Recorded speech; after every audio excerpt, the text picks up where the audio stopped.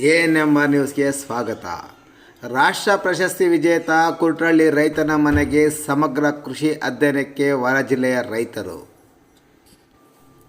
ರಾಷ್ಟ್ರ ಮತ್ತು ರಾಜ್ಯ ಸೇರಿದಂತೆ ಹಲವು ಕೃಷಿ ಪ್ರಶಸ್ತಿಗಳನ್ನು ಪಡೆದುಕೊಂಡ ತಾಲೂಕಿನ ಕುಟ್ರಳ್ಳಿ ಗ್ರಾಮದ ರಾಧಾಕೃಷ್ಣರವರ ಬೇಸಾಯ ಮಾಡುವ ತೋಟದ ಜಮೀನಿಗೆ ಸಮಗ್ರ ಕೃಷಿ ಅಧ್ಯಯನಕ್ಕಾಗಿ ಬೆಂಗಳೂರು ಗ್ರಾಮಾಂತರ ಜಿಲ್ಲೆಯ ಹೊಸಕೋಟೆ ತಾಲೂಕಿನ ಚಿಕ್ಕನಾಯಕನಹಳ್ಳಿಯ ಹಲವಾರು ಮಹಿಳಾ ರೈತರು ಭೇಟಿ ನೀಡಿ ಸಮಗ್ರ ಮಾಹಿತಿ ಪಡೆದುಕೊಂಡರು.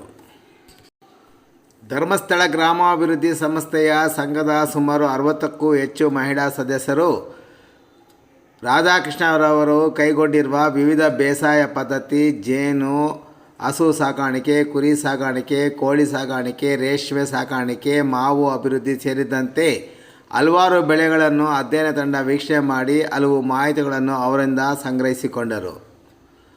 ಭೂಮಿಯ ಮಣ್ಣು ಫಲವತ್ತತೆ ಮತ್ತು ಬೆಳೆಗಳ ಮಹತ್ವ ಮತ್ತು ಅದಕ್ಕೆ ಬಳಸುವ ಸಾವಯವ ಗೊಬ್ಬರ ಮತ್ತಿತರ ವಿಷಯಗಳ ಬಗ್ಗೆ ರಾಧಾಕೃಷ್ಣ ಅವರು ತಂಡಕ್ಕೆ ಸಮಗ್ರ ಮಾಹಿತಿಯನ್ನು ಸಹ ಒದಗಿಸಿಕೊಟ್ಟರು.